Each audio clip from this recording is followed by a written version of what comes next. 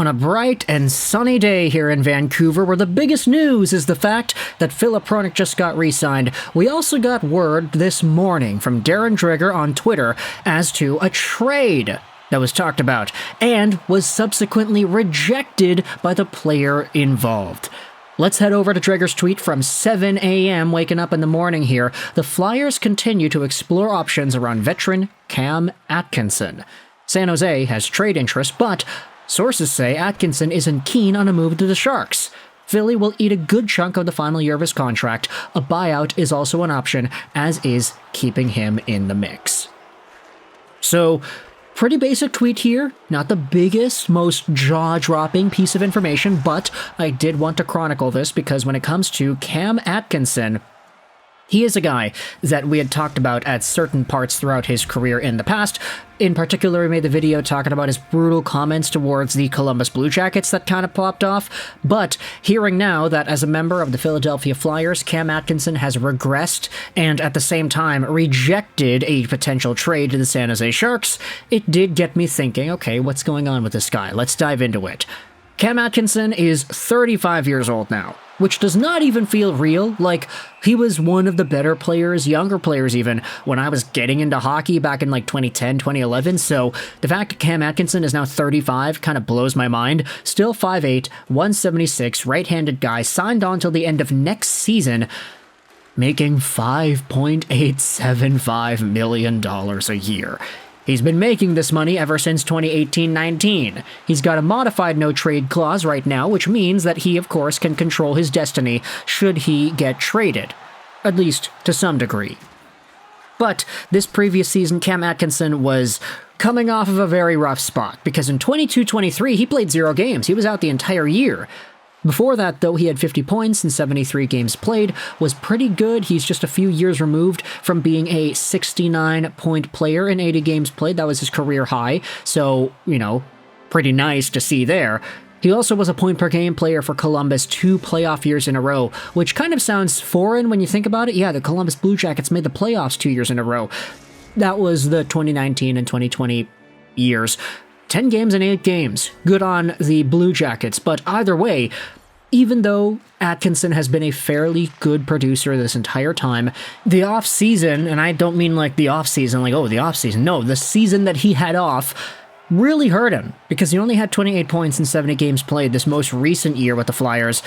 A lot of the players on the Flyers were a lot better than we thought they would be. There were a lot more expectations with this team, especially towards the ending part of the season. They kind of let that playoff spot slip away from them after having so much momentum built up and seeing them put themselves in a spot where it looked like they were going to make it. Either way, though, the Flyers, they choked it out. 28 points for Atkinson. He's coming off of probably the worst season of his career, you could say. And now the Flyers are dangling him around, seeing if they could find a fit because he's making a lot of money, and if they're not able to find a fit, then maybe the buyout will present itself as an option here. Either way, though, there are some replies that I wanted to go out there and read about. These are all from the Philadelphia Flyers subreddit because this post by Darren Dreger was posted over there. A lot of these comments, I feel, are the general, let's just say, vibe that I'm getting from Philadelphia Flyers fans. Of course, this is just one website, and one website might have a certain kind of discourse on it, but this seems to be the notion across most of the internet. Top comment says, a nice guy with nothing left in the tank. I don't really care where we put Atkinson as long as he isn't on our roster next year. Does he have a no trade? I'd look to just buy him out then. Not sure playing him will generate enough interest at the deadline, especially if he doesn't want to go to a team that may want him. Like San Jose. Pretty much. There then is a conversation about the buyout. Does it add an extra year to our cap when after this year he's gone? We don't really need the cap space, and then yeah, it's pretty insignificant. Without the buyout, Atkinson is on for $5.875 million till the end of 24-25. With the buyout, his cap hit is only $2.358 for next season, and then $1.758 in 25-26. Not really the most significant monetary advancement in the world. It's super insignificant, but of course, the Philadelphia Flyers are not just going to buy him out right away. See if they can trade him away, see if they can find another team that wants him. San Jose would want him probably because they need to hit the cap floor. That's always the excuse that we give out because teams like that just need bodies at the end of the day. And honestly, like the low pressure environment for Cam Atkinson, I'm kind of surprised that he just straight up doesn't want to go there. I mean, San Jose, the Bay Area, Golden State, you're right there. It's a pretty good town. It's just, I guess Cam Atkinson still has enough pride to want to play for a team that's actually playing for something, rather than just going over to a team that's rebuilding. They're going to get Celebrini next year. He's probably going to be their best player, and Atkinson doesn't really want to be a part of that, where it's like, yeah, this team is going for the future. Because this guy's already 35 years old. He wants to be a part of a team that can compete and will have opportunities to give Atkinson that championship run that he's been looking for. Of course, not saying that he's going to find that necessarily in Philadelphia, but if he had to downgrade, you could see why he wouldn't want to do that. It also could be helping out the Philadelphia Flyers too, like, hey, if you take Cam Atkinson to hit the cap floor, we don't need to buy him out, we don't need to send any significant assets to get rid of this guy, we could just make this trade happen 1-for-1, maybe for a second or a third or whatever, and then we're good, right? But if Atkinson himself does not want to do that, he rejected the idea, he does not want to go to San Jose, then okay, I guess that's just where the dead end meets, right? But either way, let's go out there and talk about some of these other comments here. I'm guessing he doesn't want to leave the East Coast so he can be close to his wife and kids. There's another perspective from Okabe. I just wonder if Cam is nothing more than a roster filler for crappy teams with cap space to fill. He seems pretty cooked at this point.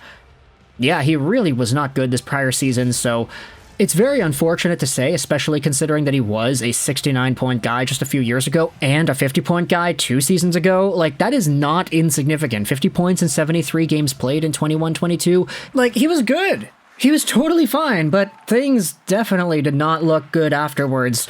So, yeah, this is just the unfortunate part of aging, right?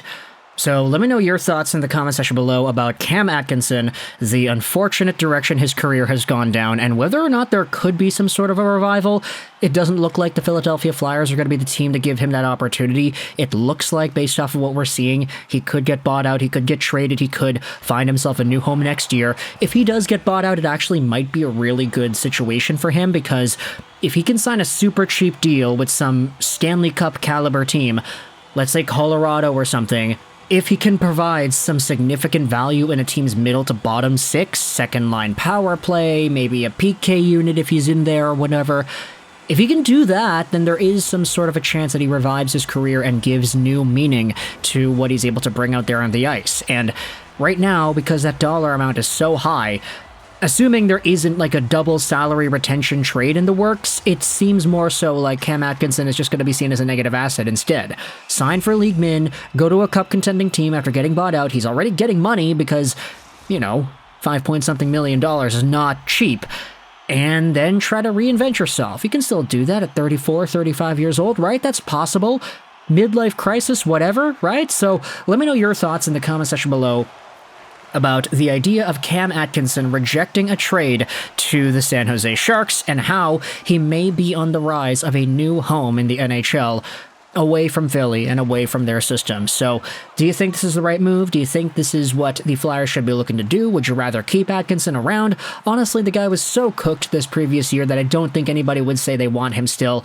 Especially since, like, a lot of the emotion with Cam Atkinson's career has been with Columbus. I mean, he's only been a Flyer for 3 seasons, and one of the seasons he didn't even play. So, let me know your thoughts in the comment section below about Cam Atkinson. I hope you enjoyed this video.